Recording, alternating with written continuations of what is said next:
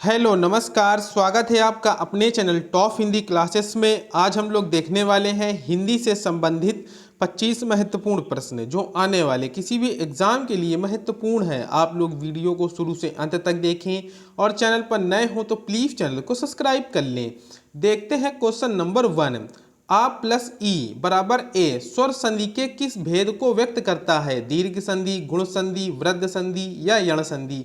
तो इसका right answer हो जाएगा ऑप्शन नंबर बी, यण संधि। आ प्लस ई बराबर ए स्वर संधि के गुण संधि को व्यक्त करता है, तो इसका right answer option number B हो जाएगा। Question number 2।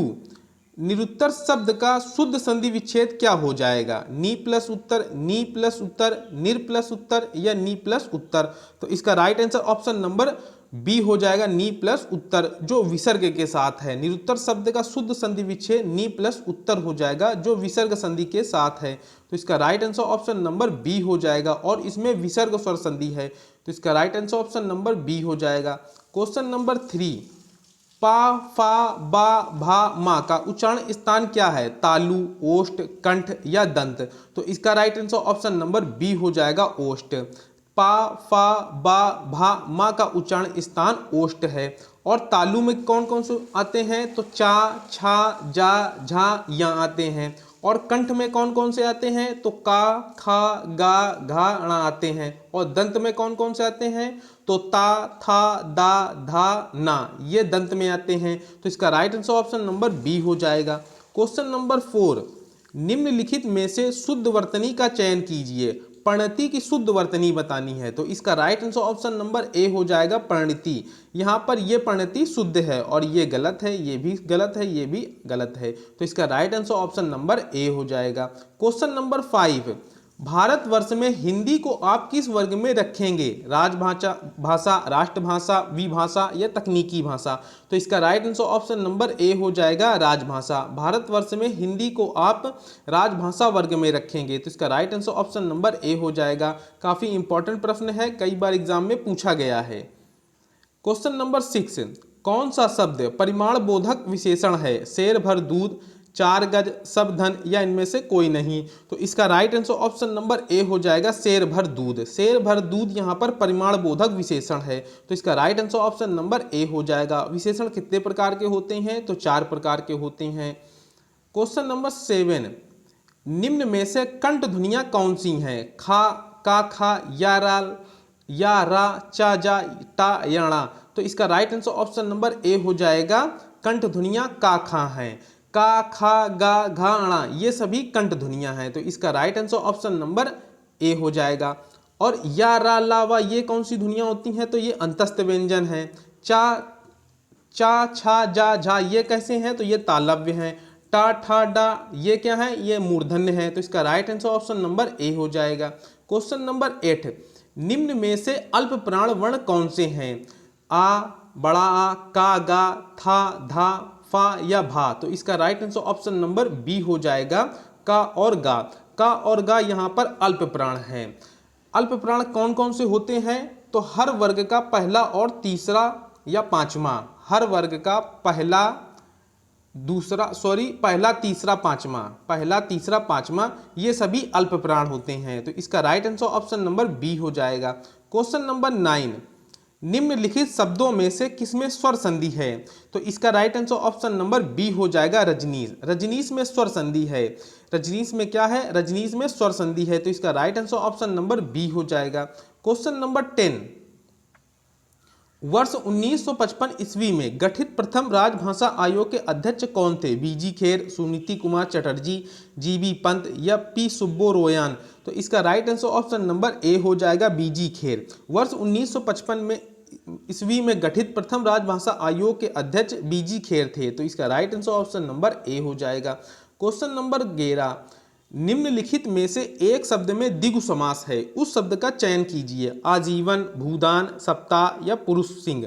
तो इसका right answer option number C हो जाएगा, सप्ताह। सप्ताह में द्विगु समास है, तो इसका right answer option number C हो जाएगा। Question number 12।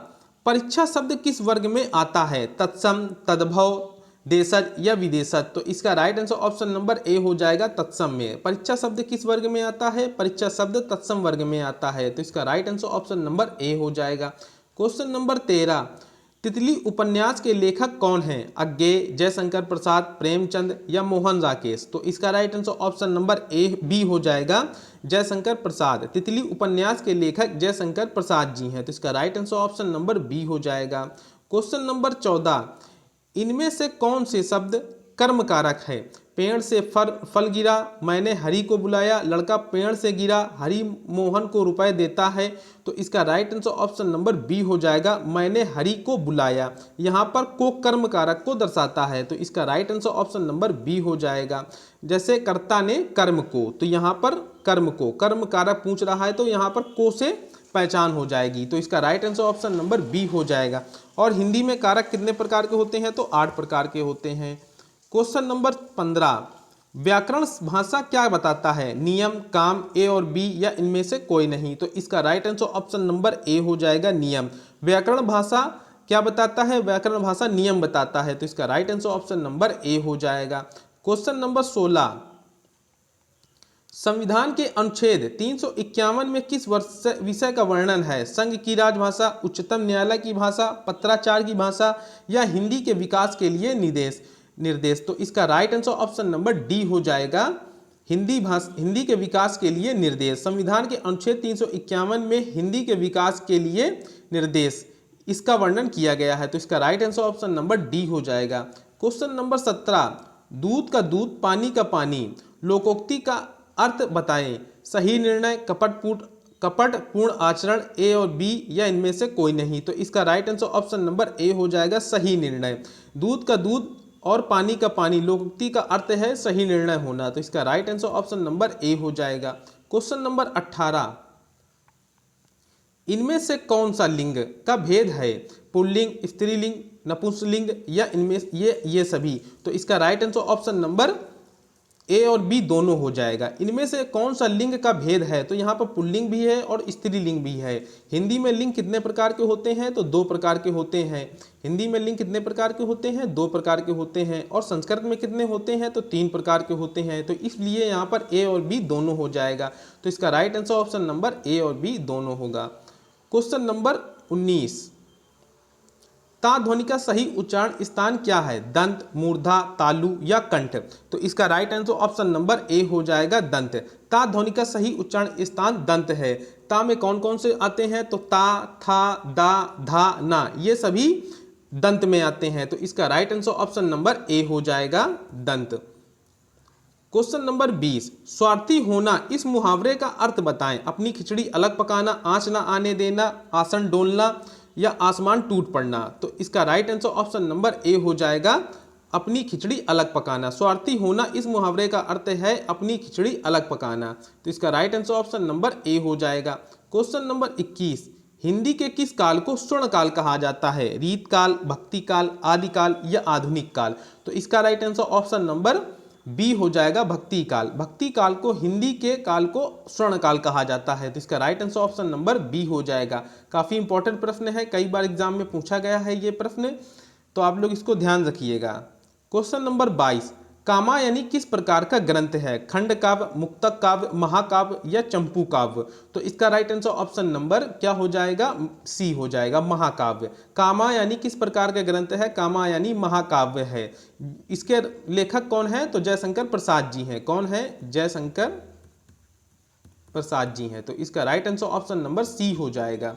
Question number 23, Sanskrit के 4 अध्याय किसकी रचना है? रामधारी सिंह दिनकर की, भगवती चरण वर्मा की, माखनलाल चतुर्वेदी की या सुभद्रा कुमारी चौहान की, तो इसका राइट आंसर ऑप्शन नंबर ए हो जाएगा, रामधारी सिंह दिनकर की। संस्कृत के 4 अध्याय किसकी रचना है? रामधारी सिंह दिनकर जी की रचना है, तो इसका राइट आंसर ऑप्शन नंबर ए हो जाएगा।